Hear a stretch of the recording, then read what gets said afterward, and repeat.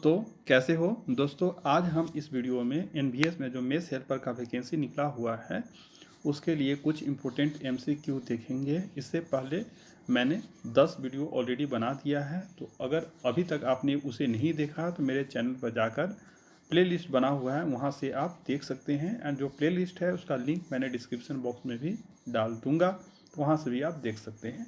चलिए पहला question start करते हैं। पहला क्वेश्चन है कि विश्व स्वास्थ्य दिवस कब मनाया जाता है? तो इसका आंसर हो जाएगा 7 अप्रैल। 7 अप्रैल है को विश्व स्वास्थ्य दिवस मनाया जाता है।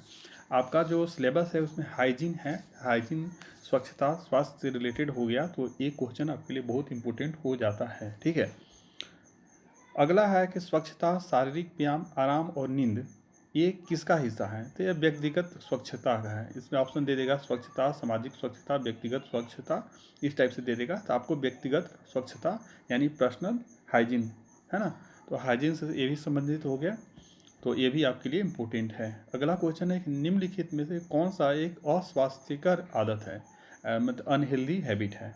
तो इसका आंसर हो जाए, जैसे ऑप्शन है भोजन बांटना, दिन में 2 बार स्नान करना, उबला हुआ पानी पीना, बिना हाथ धोए खाना। तो बिना हाथ धोए खाना ही इसका आंसर हो जाएगा। अगला है कि निम्नलिखित में से किस रोग को साल्मोनेला एंटोरिका सीरोटाइप टाइफी भी कहा जाता है? तो इसका आंसर टाइफाइड हो जाएगा दोस्तों। ठीक है, मलेरिया, दस्त, बहुत सारा ऑप्शन दे दिएगा, तो इसमें आपको टाइफाइड सही टिक करना होगा। संक्रामक रोग का मुख्य कारण क्या है? आपको पता है संक्रामक रोग एक संक्रामक रोग होते हैं, असंक्रामक रोग होते हैं। तो संक्रामक रोग क्या होते हैं, असंक्रामक रोग क्या होते हैं, इसके बारे में मैंने डिटेल में वीडियो बना दिया है, तो आप उसे देख लीजिए। और उसमें ये भी मैंने बता दिया है कि कौन कौन से रोग संक्रामक रोग के एग्जाम्पल हैं। ठीक है, तो संक्रामक रोग का मुख्य कारण क्या है? तो दूषित वायु, दूषित भोजन, खराब स्वच्छता की स्थिति।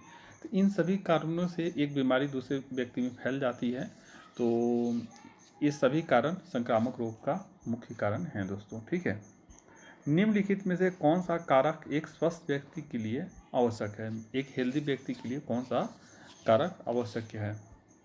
टीकाकरण यानी वैक्सीनेशन, संतुलित आहार, व्यक्तिगत स्वच्छता, उपरोक्त सभी। तो इसका आंसर दोस्तों हो जाएगा उपरोक्त सभी, यानी टीकाकरण भी कराना जरूरी है, वैक्सीनेशन, संतुलित आहार यानी बैलेंस डाइट लेना भी जरूरत है, और व्यक्तिगत स्वच्छता पर्सनल हाइजीन ये भी इम्पोर्टेंट है। अगला है कि निम्नलिखित में से कौन सा विटामिन सबसे अधिक मात्रा में पाया जाता है? यहाँ है दोस्तों, यहाँ पर ही जो विटामिन सी टिक किया हुआ है, तो यहाँ पर खट्टे फलों में होगा, सॉरी गाजर में दिया हुआ है ना, तो गाजर में कौन सा विटामिन सबसे अधिक मात्रा में पाया जाता है? तो यहाँ विटामिन सी गलती से टिक हो गया है दोस्तों हाईलाइट, इसका आंसर हो जाएगा विटामिन ए। विटामिन ए है उसमें, विटामिन ए गाजर में सबसे अधिक मात्रा में पाया जाता है। गाजर में सबसे अधिक मात्रा में विटामिन ए पाया जाता है, विटामिन सी खट्टे फलों में पाया जाता है। ठीक है, तो इसको आप करेक्ट कर लीजिएगा, इसका आंसर विटामिन ए हो जाएगा। हरित लौक में कौन सा खनिज तत्व पाया जाता है? तो इसका आंसर हो जाएगा दोस्तों मैग्नीशियम। ये फोटोसिंथेसिस से रिलेटेड है, जो प्रकाश संश्लेषण होता है वो पौधों में भोजन बनाने की क्रिया, तो उससे रिलेटेड है। ठीक है, तो इसमें मैग्नीशियम इसका आंसर हो जाएगा। ठीक है, दूध के पीएच की प्रकृति क्या होती है? जो भी दूध होता है उसका पीएच मान कितना होता है, पीएच वैल्यू क्या होती है? वो अम्लीय होती है, एसिडिक होती है, बेसिक होती है, या कैसी होती है, न्यूट्रल होती है? तो दूध है, दूध का पीएच प्रकृति अम्लीय होती है, हल्का अम्लीय होती है। ठीक है, हल्का खट्टापन दूध में रहता है, तो दूध के पीएच प्रकृति अम्लीय होती है। तो और बहुत सारा आपसे पूछ सकता है कि किसकी प्रकृति क्षारीय होती है, किसकी अम्लीय होती है, तो उससे भी आपको क्वेश्चन आ सकते हैं, क्योंकि ये भोजन से संबंधित हो गया, फूड से। ठीक है, निम्नलिखित में से कौन सा जीवाणु दही के निर्माण के लिए उत्तरदायी है? तो दही जो होता है कर्ड, उसके निर्माण के लिए लैक्टोबैसिलस नाम का जीवाणु उत्तरदायी होता है दोस्तों। ठीक है, निम्नलिखित में से किसके उपापचयी प्रक्रम से अत्यधिक ऊर्जा मिलती है? निम्नलिखित में से किसके उपापचयी यानी डाइजेशन से उसका जो मेटाबॉलिज्म होता, डाइजेशन होता है, मेटाबॉलिज्म, अधिक ऊर्जा निकलती है? तो कार्बोहाइड्रेट है, वसा है, प्रोटीन है, खनिज है। तो अगर दोस्तों समान मात्रा में लिया जाए, समान मात्रा में अगर कोई कंज्यूम खाया जाए कोई खाद्य पदार्थ, तो सबसे ज़्यादा मात्रा में वसा से ऊर्जा निकलती है। कार्बोहाइड्रेट से जितना निकलती है उसे डबल लगभग निकलती है वसा से। और लेकिन हम लोग को कार्बोहाइड्रेट से ज़्यादा ऊर्जा प्राप्त करनी चाहिए, क्योंकि वसा से अगर आप अधिक ऊर्जा प्राप्त करोगे तो उससे आपको मोटापा हो सकती है। ठीक है, तो ये आप ध्यान रखना। और प्रोटीन से हमारे शरीर को क्यों ज़रूरत होता है? प्रोटीन हमारे शरीर की ग्रोथ के लिए ज़रूरत होता है। और खनिज लवण है, ये हमारे शरीर के जो बहुत सारी बीमारियों से बचाने के लिए ज़रूरत होती है। विटामिन की बहुत सारी बीमारियों से बचाने के लिए ज़रूरत होती है। भोजन का मुख्य घटक है, इसमें से ग्लूकोज, स्टार्च, सेलुलोज और कार्बोहाइड्रेट किया हुआ है। तो स्टार्च, ग्लूकोज और सेलुलोज ये सारे कार्बोहाइड्रेट के ही रूप हैं। तो भोजन का इनमें से जो ऑप्शन सही होगा कार्बोहाइड्रेट हो जाएगा। निम्नलिखित में से किसकी उपस्थिति के कारण दूध में मिठास होता है? दूध में जो मिठास होता है वो लैक्टोज के कारण होती है। दूध में मिठास किसके कारण होता है? तो लैक्टोज के कारण होता है। किस विटामिन को सौंदर्य विटामिन कहा जाता है? किस विटामिन को सौंदर्य विटामिन कहा जाता है? तो vitamin A, vitamin C, vitamin E या विटामिन के।